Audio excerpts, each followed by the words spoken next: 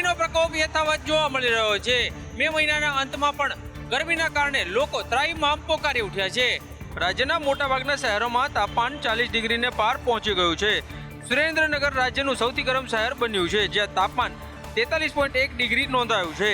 અમદાવાદ, ગાંધીનગર, વડોદરા, રાજકોટ, ડીસા અને કંડલા સહિતના શહેરમાં પણ ગરમીનો પારો 41 ડિગ્રીને આસપાસ રહ્યો છે।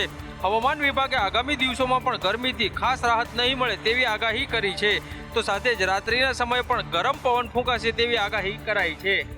આકરી ગરમી તો પડી રહી છે, પરંતુ તેનાથી બચવા માટે થઈને આરોગ્ય વિભાગ દ્વારા જાહેર કરવામાં આવેલી એડવાઇઝરીનું પાલન કરવું જરૂરી બની રહ્યું છે। એટીએસમાં હોવાનો રોફ જમાવી સીન સપાટા કરનાર નકલી અધિકારી ઝડપાયો। રાજ્યમાં નકલીની બોલબાલા હજુ પણ યથાવત છે।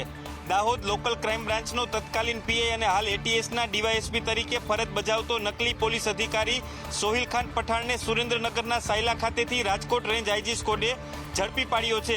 કેટલા લોકો સાથે છેતરપિંડી આચરી છે તે તમામ બાબતે પોલીસ દ્વારા અત્યારે તપાસ છે તે કરવામાં આવી રહી છે। ઉપરાંત આ ભેજાબાજે લોકલ સોશિયલ મીડિયાની નકલી બ્રેકિંગ પ્લેટ બનાવી પોતાનો ફોટો અને કામગીરી દર્શાવી લોકોને મૂર્ખ બનાવતો હતો। નકલી અધિકારીએ કેટલા લોકો પાસેથી રૂપિયા ખંખેર્યા છે તે તમામ બાબતે પોલીસ દ્વારા તપાસ કરવામાં આવી રહી છે। મોરબી મહાનગરપાલિકાના વોર્ડ નંબર 2 માં પીવાના પાણીની સમસ્યા સર્જાઈ છે। મોરબીને મહાનગરપાલિકાનો દરજ્જો મળ્યો છે અને ભાજપે પૂરતી બહુમતી મેળવી છે, છતાં નાગરિકોને સુવિધાઓ માટે વલખા મારી રહ્યા છે।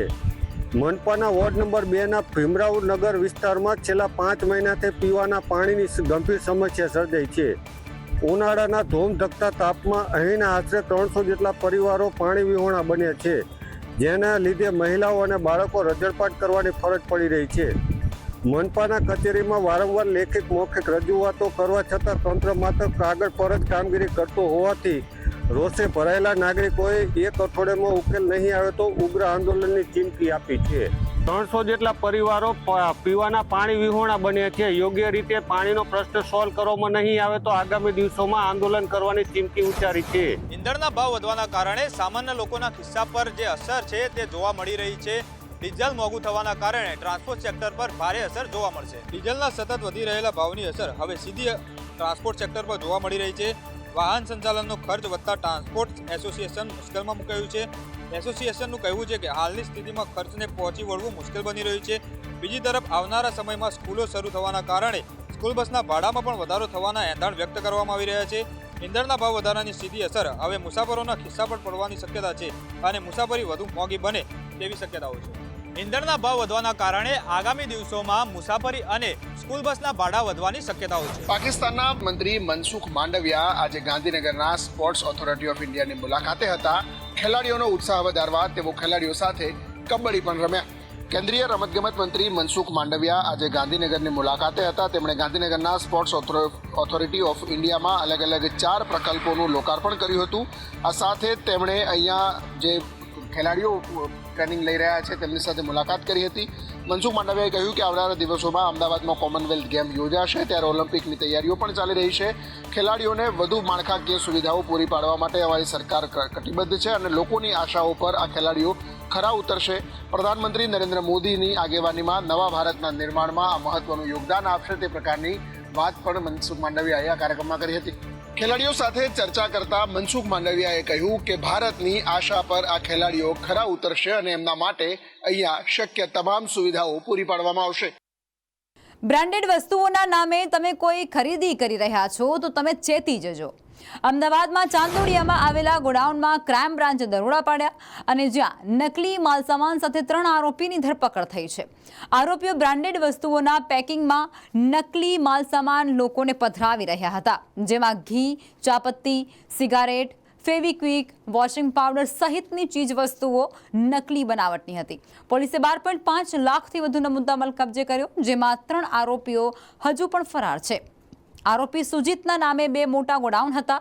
પોલીસ તપાસમાં સામે એવું પણ આવ્યું છે કે આ સામાન રાજસ્થાનથી અમદાવાદ આવતું હતું અને અહીંથી સ્લમ વિસ્તાર અને મધ્યમ પરિવારોમાં આ સામાન વેચાતું હતું। 2 વર્ષથી નકલીના આ કારોબાર બે રોકટોક ચાલતો હતો અને હવે આ ધંધામાં હજી કેટલા સંડોવાયેલા છે તેની તપાસ પણ શરૂ છે।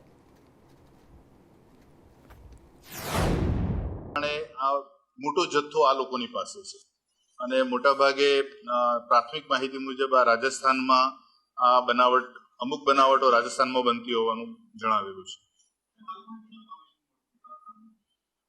કમિશન નથી, આ લોકો આ જે પ્રોડક્ટ છે ખરીદતા હતા અને ખરીદ પછી પોતે જ એમની રીતે જ, કારણ કે જે સ્ટ્રીટ વેન્ડર છે, ફેરિયાર જે છે, એ ફેરિયાઓના માધ્યમથી આ ચીજ વસ્તુઓ નાની શોપ્સ અને જે લોકો ઘરેથી ખરીદતા હોય, ઘરે આવતી પ્રોડક્ટ ખરીદતા હોય, એટલે ફેરિયાઓના માધ્યમથી જ આ લોકો આ પ્રવૃત્તિ આખી.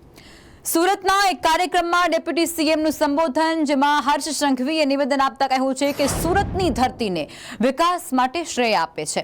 સમાજને મોબાઈલથી દૂર રહેવા માટેની અપીલ પણ તેઓ આ માધ્યમથી કરી ચૂક્યા છે. સાથે તેઓ કહે છે કે હું સીએમ ભૂપેન્દ્ર પટેલને અભિનંદન આપી રહ્યો છું.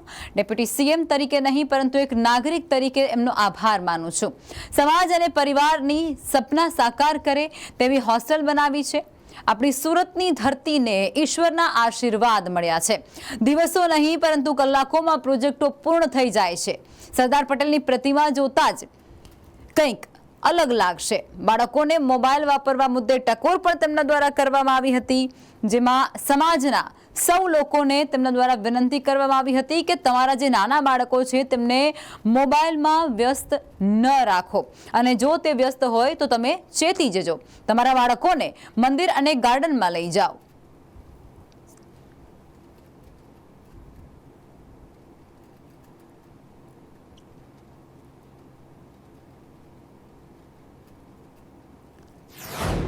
આપ સૌ દાદા દાદીઓ પોતાના ઘરમાં વહુને જો દીકરા દીકરી મોબાઈલમાં વ્યસ્ત દેખાય તો વહુને ટોકવાની બદલે એ પૌત્ર ને પૌત્રીને હાથ પકડીને મંદિર કે સોસાયટીના મેદાને લઈ જવાનું કાર્ય આપણે સૌ લોકોએ કરવું જોઈએ.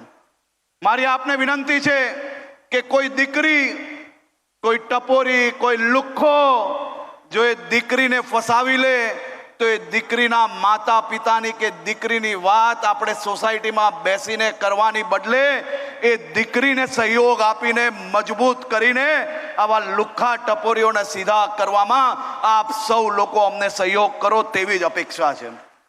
આ પ્રકારની ઘટના બનતાની સાથે લોકો વાત છુપાવતા હોય છે, કારણ કે આપણે સૌને ખબર છે કે બહેનો જ્યારે સોસાયટીમાં ઓટલે બેસીને જ્યારે વાતો પર લાગે ત્યારે આ પ્રકારની દીકરીઓની જે વાત થતી હોય છે તેના કારણે સમાજમાં એક ડર બનતી હોય છે. મારી આપ સૌને વિનંતી છે કે સમાજમાં બદલાવ લાવવા માટે ભૂપેન્દ્રભાઈ પટેલની સરકાર જે કાર્ય કરી રહી છે તેમાં આપ સૌ લોકો આશીર્વાદ આપો. સુરતમાં જમનાબા વિદ્યાર્થી ભવનનું લોકાર્પણ થયું. કાર્યક્રમમાં મુખ્યમંત્રી ભૂપેન્દ્ર પટેલનું સંબોધન સામે આવ્યું, જેમાં તેઓ કહે છે કે પાટીદાર સમાજ સેવા માટે હંમેશા તત્પર હોય છે. પરસોત્તમ માસમાં દાનની પરંપરા પણ રહેલી છે.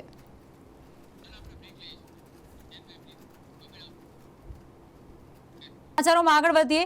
સુરતમાં જમનાબા વિદ્યાર્થી ભવનનું લોકાર્પણ થયું. કાર્યક્રમમાં મુખ્યમંત્રી ભૂપેન્દ્ર પટેલે સંબોધન પણ કર્યું, અને સંબોધન કરતી વખતે તેઓ કહે છે કે પાટીદાર સમાજ એ સેવા માટે હંમેશા તત્પર હોય છે. પરસોત્તમ માસમાં દાનની એ પહેલાથી પરંપરા છે.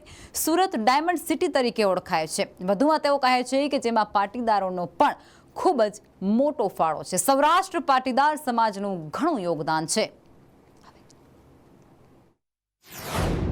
બને એટલું આપ કરવાનું એ પટેલ સમાજ, એમાં એકલા પૈસા આવતા નથી. એટલે જેને જે મદદ થાય એ કર્યા જ કરે. તમે જુઓ, આજે પૈસા છે ત્યારની વાત નથી, પૈસા નહોતા તારે આપે. પાછળ ચિંતા ઘરની ના કરે, પણ કોઈક આવ્યું હોય આમ બખડ્યું ભરીને આપી દે. કેટલું ગયું કેટલું નહીં કોઈ દાડો ચિંતા નથી કરી. અને એટલે જ આજે આપણો આ સમાજ આ સ્તરે પહોંચ્યો છે. અત્યારે પવિત્ર પુરુષોત્તમ માસ ચાલી રહ્યો છે. આ મહિનો એ માત્ર કેલેન્ડરનો એક અધિક માસ નથી, પરંતુ તેને ભગવાન વિષ્ણુનું પ્રત્યક્ષ સ્વરૂપ માનવામાં આવે છે. આ માસમાં કરેલું દરેક સત્કાર્ય, દાન, સેવા, સમર્પણ અન્ય કોઈ પણ માસ કરતાં લાખો ગણું વધારે ફળ આપતું હોવાની આપણા ત્યાં માન્યતા છે. અમદાવાદની કાકડાપીઠ પોલીસે મોજ શોખ અને ઓનલાઈન જુગારની લત પાછળ કરોડો રૂપિયાની છેતરપિંડી આચરતા 2 શાતીર ગઠિયાઓની ધરપકડ કરી. આરોપી જગદીશ ઠક્કર અને મુકેશ સોરઠિયા છેલ્લા 8 વર્ષથી ગુજરાત અને મુંબઈના વેપારીઓને નિશાન બનાવતા હતા. આરોપીઓ ગૂગલ અને યુટ્યુબ પરથી જથ્થાબંધ વેપારીઓના નંબર મેળવી અને મોટો ઓર્ડર આપતા અને ત્યારબાદ ઓનલાઈન પેમેન્ટના બદલે આંગળીયા પેઢી મારફતે પેમેન્ટ કર્યું હોવાનો ખોટો દાવો કરતા. આ ગેંગનો એક સાગરીત એ અવાજ બદલી અને આંગળીયા પેઢીના કર્મચારી તરીકે વેપારીને ફોન કરતો અને પેમેન્ટ આવી ગયું હોવાનું કહી અને નકલી ટોકન નંબર આપી દેતો. આ દરમિયાન વધારાના 10 થી 15,000 રૂપિયા ભૂલથી મોકલાઈ ગયા છે તેવું કહી અને વેપારીઓ પાસેથી ઓનલાઈન ટ્રાન્સફર કરાવી લેતા. પોલીસ તપાસમાં એવું પણ સામે આવ્યું છે કે આ રીતે આરોપીઓએ ટુકડે ટુકડે 2 કરોડ જેટલી રકમ ખંખેરી લીધી હતી. પૂછપરછ દરમિયાન ગુજરાતના 15 અને મુંબઈના 50 જેટલા વેપારીઓ આ ગેંગનો શિકાર બની ગયા છે અને જેને પગલે પોલીસે વધુ તપાસ પણ શરૂ કરી છે.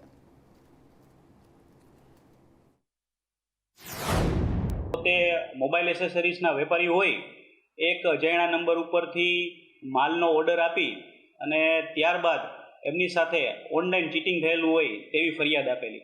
આ બંને ફરિયાદીઓ છે એમની એમો એક જેવી જ હોય, જેથી તુરંત જ બંને બાબતમાં ગુનો દાખલ કરવામાં આવ્યો અને આગળની કાર્યવાહી કરવામાં આની અંદર છે એક આખું રેકેટ છે એ હાથમાં લાગેલું છે. એટલે જુદા જુદા અનેક વેપારીઓને આખા ગુજરાતમાં અને મુંબઈમાં છેલ્લા 8 વર્ષથી આ ચીટિંગનો જ ધંધો કરતો હતો અને ગુજરાતમાંથી આશરે 1 કરોડ અને મુંબઈમાંથી 1 કરોડની જણસનું એમને છેતરપિંડી કરેલી છે.